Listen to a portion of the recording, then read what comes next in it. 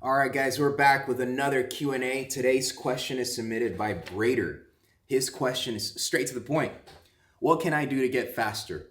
All right, so Brader, here are some things to consider when it comes to getting faster. The first thing is you need to be strong. So the first thing I'm going to recommend is you need to get stronger. It starts with the ability to generate force. That is what sprinting is how well can you generate force in short times. Okay, so if you want to be explosive on your first step, you have to be able to generate force.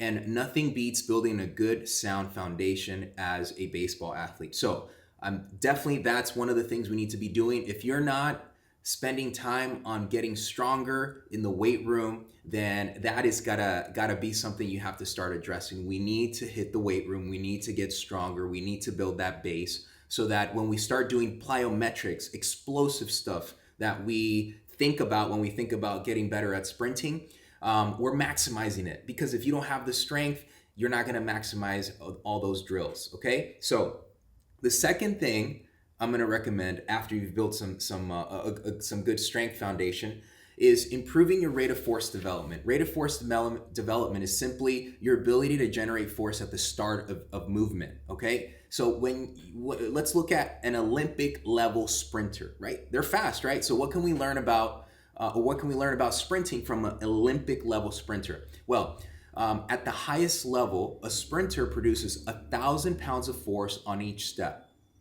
1,000 pounds of force. That's a lot of force you're generating on each individual step. Now, are we going to be able to do that ever? Probably not, but we need to maximize what we can do, okay? So we need to do the best we can to improve that rate of force development, okay? So what we need to do is make sure that we have a good base. We need to then improve that rate of force development, and then we need to make sure our mechanics are right.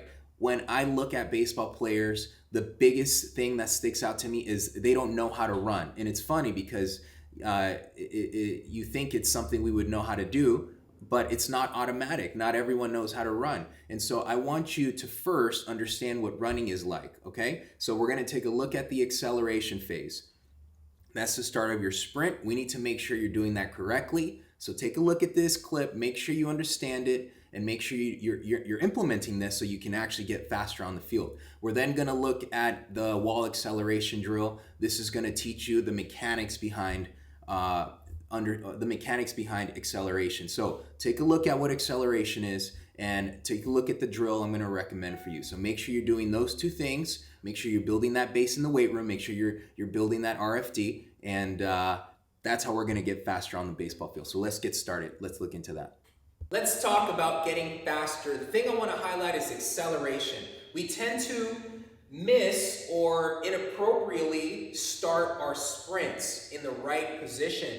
What we need to understand is that in order to accelerate, we need to have an appropriate angle, which generally is defined with 45 degrees, a 45-degree body angle, okay? In this position, you're going to be able to attack the ground down and back, which is going to allow you to pick up speed going in the direction you want, okay? So if I do a good job of attacking the ground this way, if you can see this, if I can attack the ground this way, it's going to help me go that way, all right? And that is only going to happen by having this body angle. The other thing I want you to understand is the mindset, the approach of the acceleration, the drive phase. It has to be aggressive, it has to be powerful, and again, I have to have this down and back thought process. I am attacking the ground down and back because that's going to push me forward. When you think about the effort required to accelerate, the forces need to be compared to a spaceship taking off. When you think of a spaceship taking off, think about the fire, the smoke, all of that energy being put into overcoming this inertia. That's the same mindset and approach you need to think about when you're going through your sprints, especially that first step. Okay, that first step has to be powerful, has to be aggressive, and it has to mean something. All right, so that is going to be key to a good acceleration phase when you're sprinting. There are several drills to improve on this acceleration. Let's look at one right now.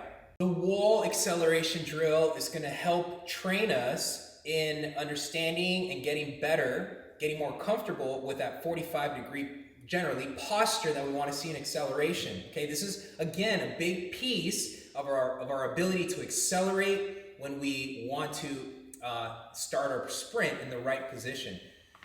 You're going to put your hands on a wall. Hands are going to be below your shoulder height. You're going to step back so that you are initially in that 45-degree angle.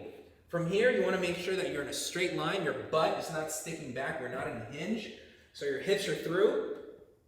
From here, you're going to bring your knee up and put your shin in a matching angle of your torso, okay? So I don't want my shin to be down or straight down because that is going to make us rise when we're actually sprinting. You want to have your shin angle that when you strike the ground is going to encourage this forward drive, okay? So here, my head is going to be forward, so my eyes are looking between my hands, and now I'm in a good starting position. You literally can spend time here training your body to accept and get better at that angle. Once we do that, you can start training that piston action, and we can do switches. Essentially here to switch.